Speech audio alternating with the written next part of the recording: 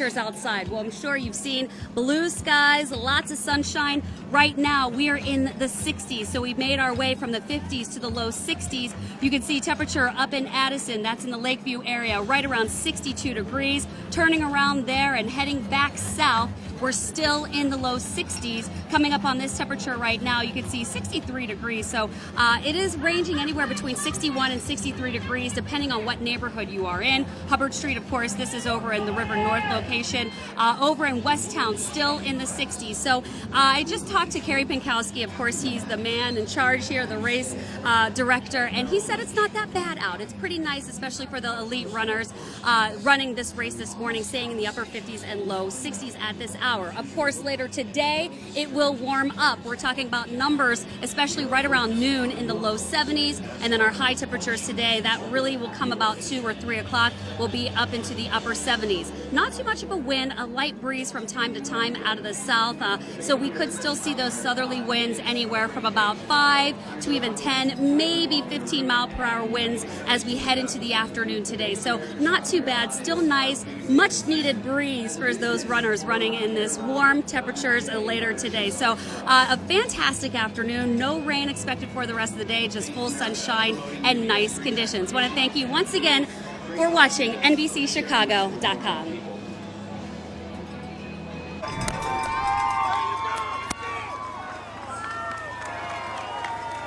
Welcome back to the 2017 Bank of America Chicago Marathon. We're going to head right out to Carrie Tullison. Looks like Tirunesh Dibaba is in a race by herself here, Carrie. She's all alone now. She's at least 20 seconds up, and she looks great. You know, in London, this was the spot where she had some stomach issues, and I think Tim can speak more to this, but she actually had to stop, try to relieve herself. She was having issues there, but now she looks good. She looks great. Doesn't look like she's attacking a pace, though. You know, you can clearly see, and she can see the pace truck has her time. It says 2:18:27 for a projected finish. She's not looking past our motor vehicle. She's looking at the ground, and she's just looking at winning, it looks like right now. So if she's trying to set a record, she needs to pull it together here. We just passed 22 miles, and she needs to start attacking. Like Todd talked about the track race, you know, if she wants to use her track skills here, this is when she needs to do it. She's running out of road, though, in which to attack Paula Radcliffe's, get Paula Radcliffe's course record of 2:17:18. You know, in London, her splits were very, very disproportionate. Really quick first half, much slower second half. Today is more even, but she's probably going to be slower than London. Look at this. On the men's side, we got Galen Rupp in the lead for the first time. Less than 3 miles to go. And this is a killer move. This is a knockout move right now. He's trying to put this away. Yes, right? He's been waiting. He has a superior track speed. He's more than a minute faster than Karui is for 10K, 45 seconds faster in a 5K. This is a knockout blow right now we're watching. You think Karui looks like he sees it, looks like he knows it. It's almost like he's trying to catch him. And Rupp looks good. You know, I'm going to go out there. Sorry, Seth. I'm going to go out there and say, I don't know what these guys expected. You know, you've got the guy who is the fastest 10,000-meter runner of about the last 6 years in the race with you. We know he's in fantastic shape. He's an Olympic medalist. He was second in Boston. He said Alberto said yesterday, he's actually found his 3 marathons so far pretty easy. He hasn't won them all, but he's found them pretty easy. Alberto said he's in much, much better shape than he was before Boston. In Boston, he had 2 cortisone jabs a fortnight before the race. He nearly pulled out. He had 2 cortisone jabs into his foot. His preparation for this has been supreme, and he was very, very strong. He was ready for something much faster, but it was just going to be fast in the last 4 or 5 miles. He's ready for that as well. Is there any chance they did not know everything you just said? No, they got to have done their homework. And that 23rd mile, he just threw down 4 minutes and 31 seconds, and that is why we have a gap between he and Abel Karui that seems to be growing with every stride. He really does. You called this one, Tim. I mean, he really does look like he's in his element. Like, this is where he's comfortable. Well, what I'm interested to see here now, I mean, I sat with Alberto in his bedroom yesterday for about half an hour talking about Galen Rupp, and one thing he talked about was Galen Rupp's arm carriage. He said Galen has changed the way he carries his arms. He has them closer to his chest now, and that saves energy, and it's what most of the Africans do anyway, and they've worked out that actually saves energy from the normal arm running carriage. We want to head out to Todd Williams, who is right there with the leader. Todd. All I can say is wow. I mean, when he made the break and he looked so comfortable. I mean, Ed, we talked to him yesterday, for a long period of time, and he said, this is the best buildup I've ever had. But these guys knew it was coming. We just passed mile 24. He went 4:40, 4:31. Now he's back on 4:35. I mean, it's nonstop, and he looks great doing it. So there's no doubt in my mind that this preparation was amazing. But I'm just really surprised that the rest of the field didn't do something much earlier. I mean, credit to Abel Karui, Todd, mind you, because sorry, Abel Karui in the background still battling away and looking pretty strong. That's it, exactly. I think as soon as the move was made, he's keep fighting and fighting and fighting. He looks like he's fighting, but Galen does not. I have to give you credit, Tim. You called this right from the beginning. You said that you thought that he would be the one to watch and he could be the one to win. And you have called it. I'd like to take this moment to point out that he's from my hometown of Portland, Oregon. I mean, nothing Alberto said is, his training has not just been very consistent, but it's been exactly what he wanted. He's had 7 runs of 25 miles. Galen actually said he did one run of 27 miles. So he liked the idea of going slightly further than a marathon psychologically in training.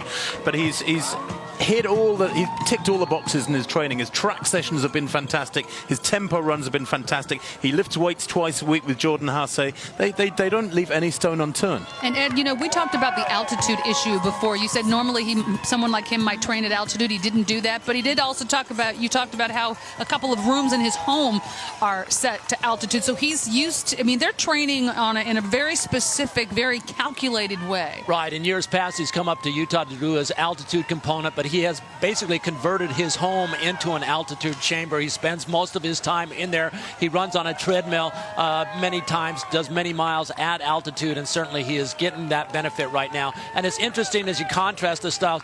Galen Rupp looks so comfortable running at this pace, whereas Abel Karui is all over the place, just digging down and getting dropped with each continuous stride that goes through. And he has certainly prepared himself, has Galen Rupp, for this, and now just has to hold on for the last less than 2 miles at this point. What's Galen thinking at this point in time? Well, I think he is thinking that he just needs to maintain his form, keep things rolling. He is now running at a pace that is certainly sub 450 pace, and just needs to keep that rhythm going. And as he does so, he continues to open up the distance. He ran mile 23 in 4:31. He's just run mile 24 in 4:30. I mean, he is so zoned in, so focused here. He might take a little peek over his shoulder occasionally, but that gap actually to last year's champion Abel Karui is growing. He's a tiny dot in the distance. But suddenly from about 70 yards, it's grown to about 150 yards. It's amazing how both of the runners in this race, men's and women's, who you thought would be the favorites, have both just pulled away from their competition.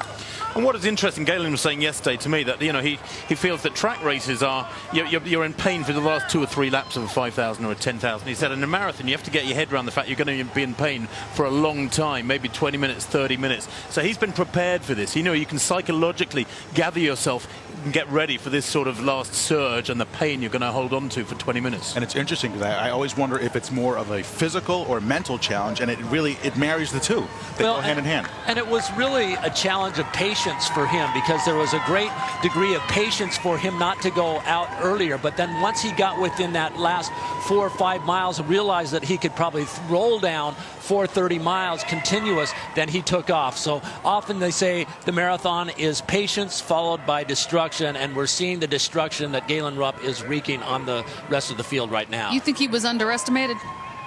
No, I think we all looked at him and thought that he's going to do great things. No, I mean his fellow runners. I think they were just kind of lulled into the early pace, and they were just taking advantage of the fact that, hey, we're not having to work that hard. But I think anyone who wanted to win should have re-altered their game plan, because when you have a guy that's that fast on the track, running that easy for so long, he's going to beat you 10 times out of 10 over the last couple miles. And what is this doing for American running and the style of training? Is there a special style of training happening here? Well, no, but the USA is a country of 300+ million people. There's great resources here financially. You have these fabulous training squads dotted around the country. After Kenya and Ethiopia, the USA is undisputed world number 3 power in distance running. And actually, with Galen leading the charge and a bunch of guys having a good run today like Chris Derrick, there's reason to believe that they can start penetrating that top 2. The East Africans have really enjoyed this dominance for 20 years and more, but the USA is still a growing force. Right, 15 years. It's been 15 years since an American man won this race. 2002. Khalid Kanuchi. Khalid the great. Kanuchi. And Khalid was a great champion. You know, 4 times a champion. He knew this course. Galen hasn't run here before, but his dad's from town. Maywood. He'll have a rough idea of the He town. likes Chicago. This has got to feel good for his dad. You're right. His dad is from Maywood. He used to come here all the time in summers. He said to visit family. He loves Chicago. It's got to feel pretty good for him to. Galen's wife and kids are here. A bunch of family here apart from them. And let's remember, this is only his 4th marathon. That is right? amazing. He right? started with Sky's the the Olympic limit. trials, went to the Olympics where he was the bronze medalist, 2nd at Boston, and then his first victory, provided he holds on, which he is going to, here at the Bank of America Chicago Marathon. This is Unbelievable. So exciting to see. I have to say. love it. Product of Portland, University of Oregon, which has such a storied track tradition. He's taken that track background and really translated it. That does happen. Is this going to be like the new path? Just like Tirunesh Dibaba, she's had an amazing track background. Is this sort of the new path, or is it a typical path? The world to top marathons? marathon runner has a wonderful track pedigree. Eliud Kipchoge. You can look at Haile Gebrselassie, Paul Tergat, the great legendary characters. They all come from a track background. Paula Radcliffe spent probably 15, 20 years doing her apprenticeship on the track before she took up marathon running. And guess what? She was a great marathon runner. So I think the more complete, more consistent marathon runners come from a track background. And that makes You know sense. what as I was doing my research for the race, in his three marathons, he's finished 1st, 2nd, 3rd, and obviously Now we're thinking here first. 1st again. Yeah. That's unbelievable. Astonishing. And he doesn't get the credit for what he's achieved over these last Why not? 10, 12 years. His consistency is quite remarkable. I guess because when he comes to major championships in the track, he doesn't win so often. He gets medals. He gets 2nd, 3rd, 4th. He's got an Olympic silver medal from 2012 over 10,000 meters. He's got an Olympic bronze medal now from Rio in the marathon. He doesn't get the credit, I guess, because there's always somebody who's in the limelight ahead of him. But the folks ahead of him have been people like Mo Farah, who he trains with, who are exceptional as well. I think it's great. It's exciting to see him. I know Siapa's like, you know something. It's so exciting to see him at this marathon level. Road racing, I mean, the difference between track and road racing, making that transition, it's great to see him. He actually doesn't train with Mo anymore. You know what? He lives 5 miles from the Nike campus in Portland. He says he runs to the track for a warm-up, does a track session, and then runs home. Now that is going to be a 20-mile block at least. And he's been doing 110 miles a week in training with another 15 miles on an underwater treadmill. This treadmill can move at a really fast pace. It can move at up to 5 minutes per mile tempo, which is pretty much race tempo for these guys.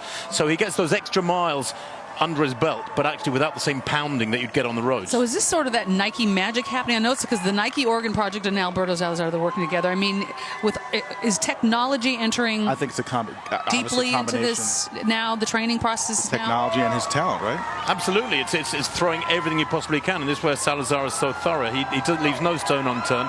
He will try everything that is legal, and an underwater treadmill is great if you've got the money to go and buy one. I mean, how many people have? Right, and an altitude chamber in your home and running. I mean, these are amazing tactics, but they appear to be paying off as it relates to Galen Rupp. Ed, you've been in American distance running for 40 years.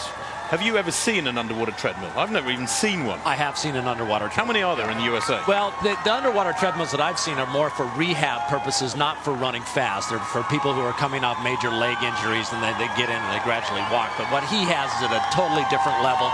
And what an amount of work that this young man has done to put himself in this position right now. He's making one of the final turns, got a couple more turns to go, and he has just blown this field away, running consecutive 430 miles over the last little bit. He's got less than 400 meters to go now as he runs up the last little incline. He waited, he was patient, and then when the time came, 430 miles, one after the other, to completely obliterate this field. Do you know what? It's many, many years since any World Marathon major was won by a non-African-born athlete. This is a legendary day for the sport of distance running, and it will raise so much hope in the hearts of non-African athletes, actually, that they can be challenged, they can be beaten. The Africans have played into his hands today. I don't think they've run that smart a race. They haven't really tested him over the marathon distance. They've tested him over 8 miles, maybe, and over that sort of distance, Galen's probably the best in the world. It's exciting to see. So your conjecture is somebody should have taken the lead and pushed him earlier to test him. The trouble is they've all got different managers. They all come from different training camps. You don't get a team effort from anybody these days in the world of distance running. You know, it's a selfish sport. You train on your own, you do everything for yourself, you take the money home to your family. And here he comes. He can look over his shoulder all he wants. He's not going to see anybody because he's doing that work. And this is, I think, the coming of age of Galen Rupp. This is not an Olympic trials domestic race. This is an international race of the very highest order. The world record holder was in this race for the marathon and the half marathon. They've been blown away by this man. There he goes. There's the mayor right there at the finish line to win it, to cheer him on. Galen Rupp, an American, the first American to win the Bank of America Chicago Marathon since 2002. And amazing win, amazing run. History here today in Chicago. And a personal best for Galen there, too, to boot. I reckon that was about 2:09:20 unofficially. That beats him. And he's got his wife and kids there meeting him. 30 seconds better, Yes. than he did 30 in seconds Boston. better. Wow. Congratulations. And here's Abel Karui, last year's champion. And do you know what? We're criticizing, I guess, we're being hypercritical of one or two of the African athletes who might have challenged earlier, but Abel Karui has looked really tough and strong. That's a great attempt to defend and retain his title. That just tells you how strong Galen Rupp was and his style of race. And they were moving. They were going at it at a 2:12 pace or so early on. 2:12 pace for a long time. And Abel's still dancing. Abel wants despite being second, he's still dancing. Number 1 and number 2. Impressive. That's Bernard Kipyego from Kenya in 3rd place. He did it. He did it. Wow. An American win. Khalid Kanuchi. That's a long time to wait. I have a feeling it won't be 15 years till the next time. And Khalid will be amongst those punching the air as well. He'll be celebrating that as well. Oh, the kiss for daddy. Priceless. Kiss for daddy. That is worth the pain. How sweet. 3. I assume it's daddy. I assume. That's wonderful. Great to have your family there at the finish line. Means everything. Oh, absolutely. Means everything. And there's his coach, Alberto Salazar, right there. Salazar. Very emotional. This is huge for his program. Look at him. He's wow.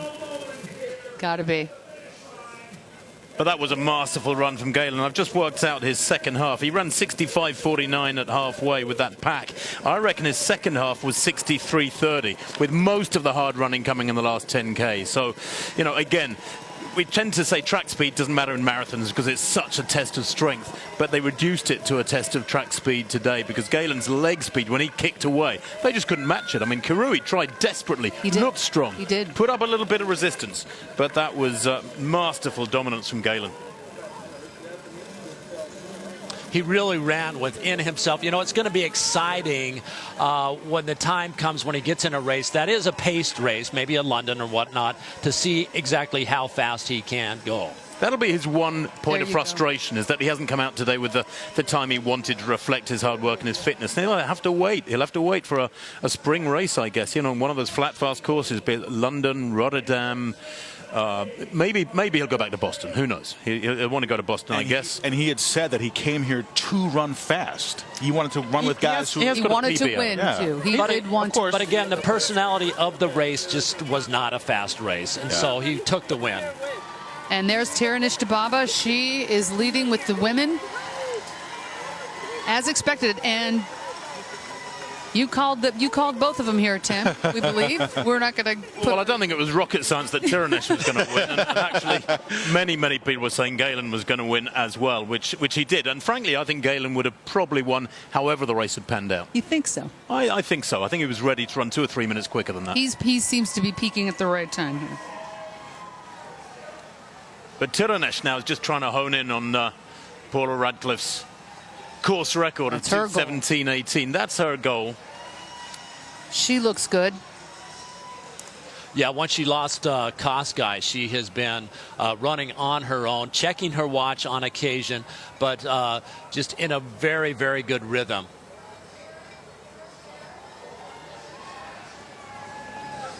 It's been an exciting race. Do you guys think she's checking her watch constantly, or? She just did.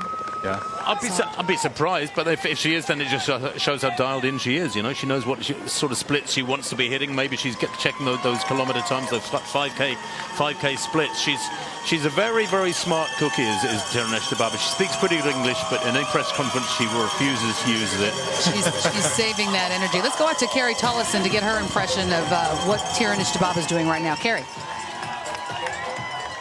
Yeah, it's getting loud here. They had an exciting finish with Rupp, it sounds like. But Tirunesh, she is looking at her watch. But I think she's looking at her watch to see how much left she has to go. I don't think she's really concerned about the time now. I think she's more concerned about this win.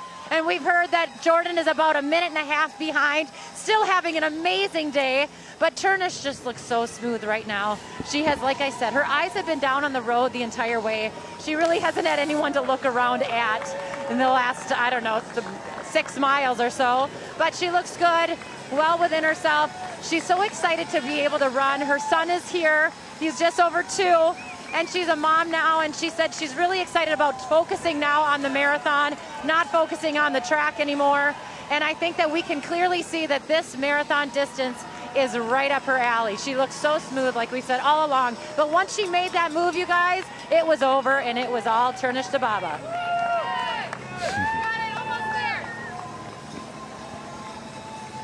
Well, this is the sort of dominance she's used to. And, you know, to her credit, while on the track, we used to see her sprint to gold many, many times at Olympic and World Championship level.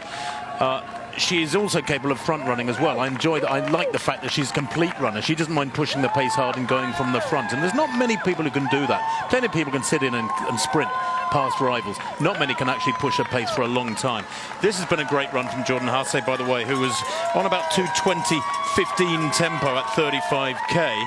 She's a little way down, but she's still looking pretty strong for me, and she's heading possibly here for the fastest ever American time, Ed, on this course. Well, yeah, that time was by John Benoit Samuelson back in 85. 2:21.21, and she's well under that time right now if she can hold that together. Again, she's kind of running on her own as well, and we see Dibaba now with 800 meters to go is going to be in the 2:18 and change pace, which she said she wanted to run fast here. You know, her personal best is 2 hours, 17 minutes, and 56 seconds, so it's going to be a little bit off of that, but still a very, very fast time on a very good day of running.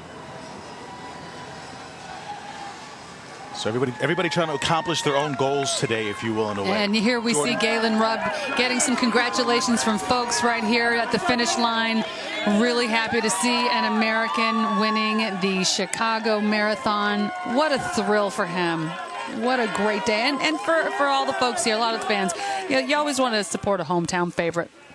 No, and Galen today has won his first international marathon, and Tirunesh is going to win her first marathon. She's finished third and second, I think, in her previous 2 marathons, and this will be a massive win for her. And again, another clocking under 2:20. Yeah, that first win has to feel sweet. Again, another example of an athlete with a great track pedigree, perhaps the best track pedigree in the world, transitioning successfully to the marathon and being able to use that track speed over the last half of this marathon. You know what we tend to forget when we see these athletes running, because they're doing all the hard work today for a couple of hours, is the teams behind them. So the husband of Tirunesh Dibaba is a fellow called Sileshi Sihine, who used to be called Mr. Silver. He got Olympic silver medals in 2004, 2008. Then he retired. He's the main support behind Tirunesh here. So somebody's looking after baby back at home. Somebody's keeping the house going. Somebody's paying the bills. Somebody's doing all this stuff. So these are like the point of a spear of these athletes. Behind them, there's a massive group of people who have contributed to these performances. And in her case, somebody who understands what she's going through clearly. And that has to help. And same for Galen, and we're assuming his wife as well. Absolutely. And she has made the final turn and now headed for home and glory. Tirunesh Dibaba, 32 years old, from Ethiopia. Several world records and Olympic medals. Babyface destroyer, right? That's what Tim calls her. That's what she did today. That's her nickname. She's not going to get the time that she wanted, and in fact, it's going to be just outside her personal best of 2:17.56. But it has, as we expected, been a day on which she has delivered dramatically with a fabulous second half. So fast. Wow. Beautiful. back in winning ways on the new surface, and she said she is absolutely committed to marathon running now. She is done with track. Galen says he's going to carry on running on the track, but Dibaba here says no, she is absolutely finished with track. She's a marathon runner proper, and surely for her now, after this win in a big time around 2:18.5, her next goal has to be zoning in on that world record. She doesn't even look tired. No. And with her possible? And with her track credentials, she certainly is going to have a shot at that world record, given the right conditions. What a great race, powerful race, dominating race. Wow. Tirunesh Dibaba. Amazing athletes. Still baby-faced, still destroying them. Yeah, it absolutely is. Is it more difficult to break away from the pack and run by yourself and the challenges that represents, or to have somebody pushing you? That's a good feeling to have, I tell you that much, is when you are able to do that.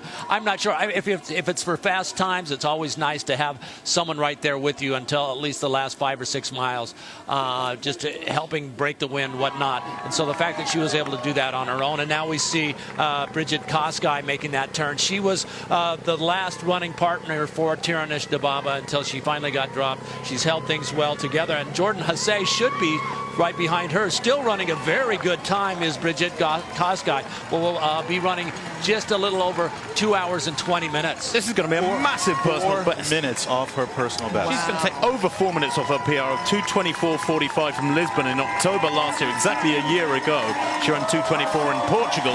Well, today she's going to run under 2:21. And she hung on very doggedly. She was determined to hang on to the coattails of Dibaba for a long, long time. 2:20.22, I think. Wow, that is a quick second-place time. Fantastic time. Maybe one of the fastest second-place time.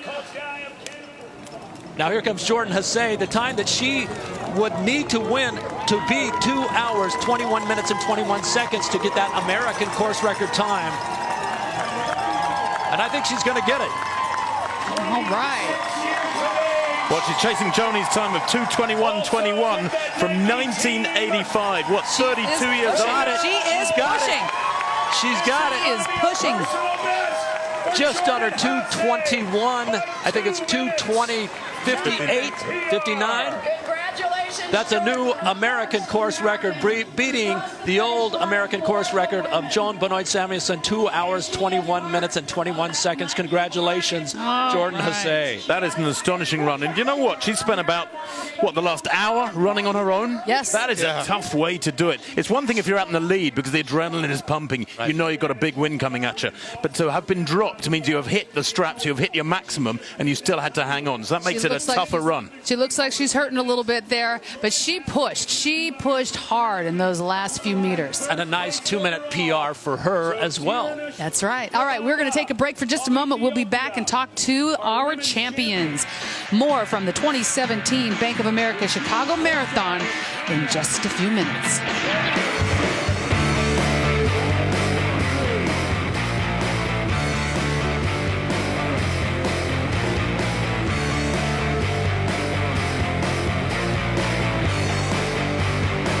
Hey, that's right. We're live in the Pilsen neighborhood where some of the elite runners have just started to come in. And we're joined by Yudi. She's one of the local residents here in the neighborhood. And she's come to Pilsen to support her daughter who's participating. Yudi, how are you? Good. You know, talk to us.